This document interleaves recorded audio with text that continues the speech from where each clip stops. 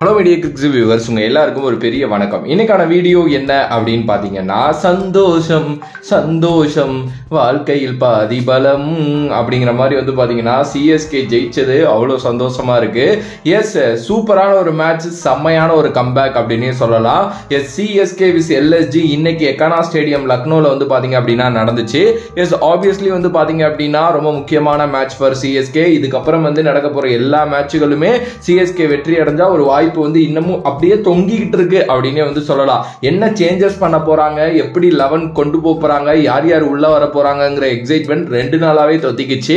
S, already Stephen Fleming வேற அந்த இதுல சொல்லியிருந்தாரு என்ன அப்படின்னா, தோனி ஒன்னும் மேஜிக்லாம் பண்ணலங்க, கொஞ்சம் வெயிட் பண்ணுங்க, கண்டிப்பா நாங்க நிறைய பேசி இருக்கோம், ஸோ ஆப்வியஸ்லி எல்லாமே எங்களுக்கு கை கூடி வரும், கொஞ்சம் வெயிட் பண்ணுங்க ப்ளீஸ் அப்படிங்கிற மாதிரி ரொம்ப எமோஷனலா பேசியிருந்தாரு. அது உண்மைதான், தோனி கேப்டனா இருந்த உடனே என்ன மேஜிக்கா பண்ண முடியும், என்ன நடக்கணுமோ அதான் நடக்கும். இன்னைக்கும் அதான் நடந்தது. சேஞ்சஸோட சிஎஸ்கே உள்ள வந்தாங்க. ஷேக் ரஷீத் உள்ள வந்திருந்தாரு. அதுக்கப்புறம் பாத்தீங்க அப்படின்னா கான்வே கிடையாது. ஏன் கான்வே கிடையாதுங்கிற கேள்வி எல்லாருக்குமே வந்துச்சு. ஏன்னா நல்லா விளையாண்டாரு அவரு அப்படின்ட்டு. ஷேக் ரஷீத்தும் கான்வேயும் ஒரே மாதிரி கைண்ட் ஆஃப் பிளேயர் அப்படிங்கிறதுனால பவர் பிளேயை இன்னும் கொஞ்சம் நல்லா கொண்டு போகணும், அட் த சேம் டைம் பவுலிங்க்கும் ஒரு ஆப்ஷனா இருக்கும் அப்படின்னு சொல்லிட்டு தான் ரச்சினோட போனாங்களே தவிர அந்த காம்பினேஷன் கரெக்டா சிங்க் ஆகலங்கிறதா ரீசன், வேற எதுவும் கிடையாது.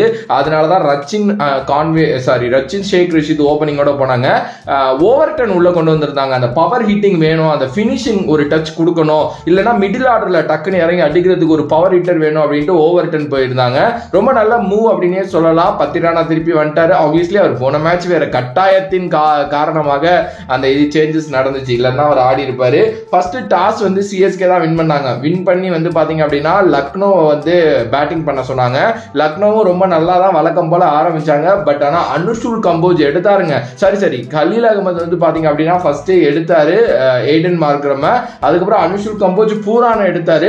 ரொம்ப சூப்பராகவே CSK power play take on பண்ணாங்க. எனக்கு அது ரொம்ப நல்லா இருந்துச்சு, சமடா அப்படிங்கிற மாதிரி இருந்துச்சு. ஏன்னா நம்ம bowlers Anshul Kamboj 3 over, Khaleel Ahmed 3 over மாத்தி மாத்தி மாத்தி மாத்தி எம்எஸ் கொடுத்துக்கிட்டே இருந்தாரு. ஒரு மாதிரி திக்குமுக்கி ஆடி போயிட்டாங்க எல்எஸ்ஜியோட பேட்டர்ஸ் அப்படின்னே சொல்லலாம். ஒரு டீசென்டான ஸ்கோர் தான், பெருசாலாம் அடிக்கல. அதுக்கப்புறம் கேம் அப்படி இப்படின்னு சொல்லிட்டு சிஎஸ்கே கையில தான் அது இருந்துச்சு. இடையில விக்கெட் விழுந்துச்சு. தோனி ஒரு சம ஸ்டெம்பிங் பண்ணாரு. அதுக்கப்புறம் ஒரு ரன் அவுட் பண்ணாரு. கேச்சஸ் நல்லா இருந்துச்சு. இன்னைக்கு சூப்பரா ராகுல் திரிபாதி ஒரு கேட்ச் பிடிச்சாரு. ஓவராலா எல்எஸ்ஜி 166 அடிச்சிருந்தாங்க. ரிஷப் பண்ட் ஒரு நல்ல 50. அவரோட கம்பேக் பாத்தீங்க அப்படின்னா அந்த ஃபார்ம் அவுட்ல இருந்து வந்த மாதிரி இருந்துச்சு.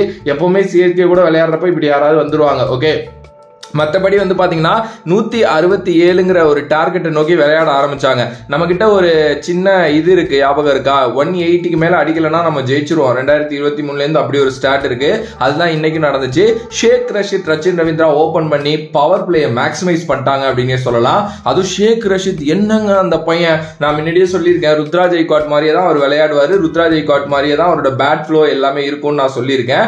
அந்த மாதிரி தான் இருந்துச்சு, அந்த மாதிரி தான் ஆடினாரு. ஆனா டக்கு டக்கு டக்கு டக்குன்னு ஃபோர்ஸ் அடிச்சுட்டாரு. ஃபோர்ஸ் அடிச்சு அந்த பவர் பிளேயோட பிரஷரை ஒரு சைடு குறைக்காங்க. ரச்சினும் ரொம்ப நல்லா ஆடினாரு. ஷேக் ரஷீத் 27 ரன் இருக்கிறப்ப அன்பார்ச்சுனேட்லி அவுட் ஆயிட்டாரு. அதுக்கப்புறம் ரச்சின் 37 ரன்ல அவுட் ஆயிட்டாரு. ராகுல் திரிபாதி இன்னைக்கு ஆனாரு. இன்னைக்கு ஒரு ஒஸ்டான ஒரு 9 ரன்ல அவுட் ஆனாரு. இதுல இடையில ஒரு கேட்ச் மிஸ் வேற. ரவீந்திர ஜடேஜா நம்பர் 4 இறக்கி விட்டாங்க, அவரும் அவுட். சிவம் டூபேக்கு பெருசா பேட்டில் படல. இங்கிட்டு விஜய் சங்கரும் இது மிடில் ஆர்டர் கொஞ்சம் சொதப்பல் தாங்க. மிடில் ஆர்டர் விளையாண்டதை பாக்குறப்போ சிஎஸ்கே முடிஞ்சிருச்சுடா கதை அப்படின்னு நினைச்சிட்டு இருக்கிறப்பதான் 10 கிச்சை ஒரு ராட்சசத்தீரி அப்படிங்கிற மாதிரி நம்ம தோனி உள்ள வந்தாரு. 11 பால்ல 26 ரன், 4 4 ஒரு 6. அப்படியே சிஎஸ்கே கிட்ட இருந்த பிரஷரை திருவி எடுத்து இந்தா வச்சுக்க அப்படிங்கிற மாதிரி எல்எஸ்ஜி மேல டோட்டலா அந்த பிரஷரை இறக்கி 5 பால் மீத வச்சு தோனியும் நம்மளோட சிவம் டூபேவும் அந்த கேமை முடிச்சு வரடா திருப்பி அப்படிங்கிற மாதிரி பாத்தீங்க அப்படின்னா ஜெயிச்சுட்டு போனாங்க. Seriously one of the best knock from MS Dhoni, a 43-year-old young wicket keeping batsman. Captain ஒரு நல்ல நாக். இது அவர் நிறைய பண்ணியிருக்காருங்க. இதுதாங்க தோனி, இப்படிதாங்க அவர் விளையாடுவாரு. இதுதான் அவர் ஃபர்ஸ்ட்ல இருந்தே ட்ரை பண்றாரு. என்னன்னா மேல போயிட்டு கொஞ்சம் அடிங்க, நான் கீழே பாத்துக்கிறேன் அப்படின்ட்டு.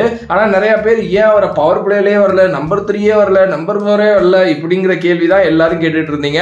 பட் இன்னைக்கு கொஞ்சம் ஏர்லியாவும் வந்துட்டாரு. ஏன்னா பின்னாடி ஓவர்டனை வச்சிருந்தாங்க. அனுஷுல் கம்போஜ் கொஞ்சம் டீசெண்டா பேட்டிங் பண்ணுவார், அவர் இருந்தாரு. பட் ஓவர்டனை வச்சுட்டு இவர் உள்ள சூப்பரான ஒரு மேட்டர். ஏன்னா எனக்கு என்ன ஆனாலும் ஓவர்டனை பாத்துப்பாங்கிற அந்த ஒரு இது.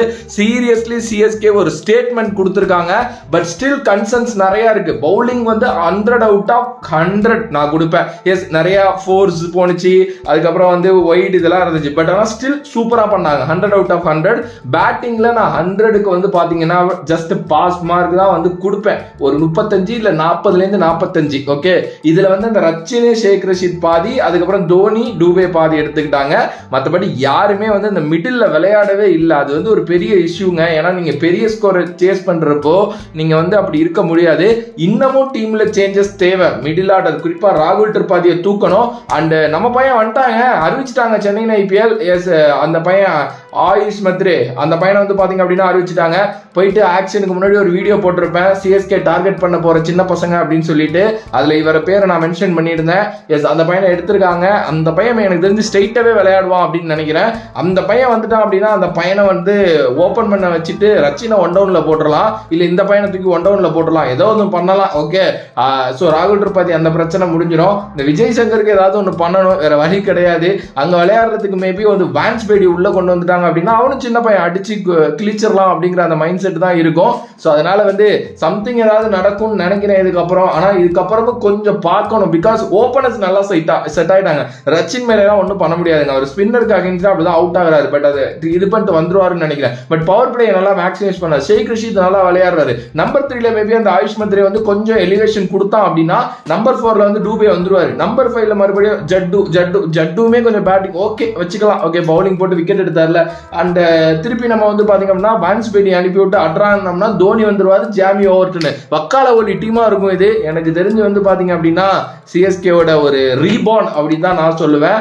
ஆப்வியஸ்லி ஓவர் ஹைப் கொடுக்குற மாதிரி தான் உங்களுக்கு இருக்கும். எனக்கு என்னமோ விடமாட்டாங்க. சிஎஸ்கே நூலை பிடிச்சிட்டாங்கன்னா இழுத்துக்கிட்டு வந்துருவாங்க அப்படிங்கிற மாதிரி தான் இருக்கு. ஷேக் ரஷீத்தோட அப்ரிசியேஷன் வீடியோ வந்து நாளைக்கு உங்களுக்கு வரும், பாருங்க. எனக்கு நிறைய பேர் சொல்றாங்க முரளி விஜய் மாதிரி இருக்குன்னு. எனக்கும் வந்து அப்படிதான் இருந்துச்சு. முரளி விஜய் பிளஸ் ருத்ரா ஜெய்க்வாட் மாதிரி தான் அந்த ஷார்ட்ஸ் தான் வந்து பாத்தீங்கன்னா இருந்துச்சு. இன்னும் கொஞ்சம் அந்த பையன் ஒரு 40-50 ரன் அடிச்சிருந்தானா இன்னும் கான்பிடென்ட் அதிகமா இருந்திருக்கும். பட் நிறைய கேம் இருக்குடா, நீ அடுத்த வருஷமும் விளையாடுவ. கண்டிப்பா அந்த பையன் ஒரு பெரிய ஃபியூச்சர் ஃபார் சிஎஸ்கே. பாப்போம், இவர் ரச்சினையும் நீங்க க்ரூம் பண்ணலாம் ஃபியூச்சருக்கு. சிஎஸ்கேவோட ஓபனர்ஸ் தான் நான் நினைக்கிறேன். சீரியஸ்லி பாப்போம். ஓகே, உங்களோட கருத்து இதை பத்தி என்ன அப்படின்ட்டு மறக்காம கமெண்ட் பாக்ஸ்ல கமெண்ட் பண்ணுங்க. If you like the video please like, share and subscribe to நம்மளோட கிரிக்ஸிப் சேனல். வேற ஒரு வீடியோல வேற ஒரு கான்செப்ட்ல உங்களுக்கு சந்திக்கிறேன். Anand from Vijay Mani. Love you all. Stay safe மக்களை.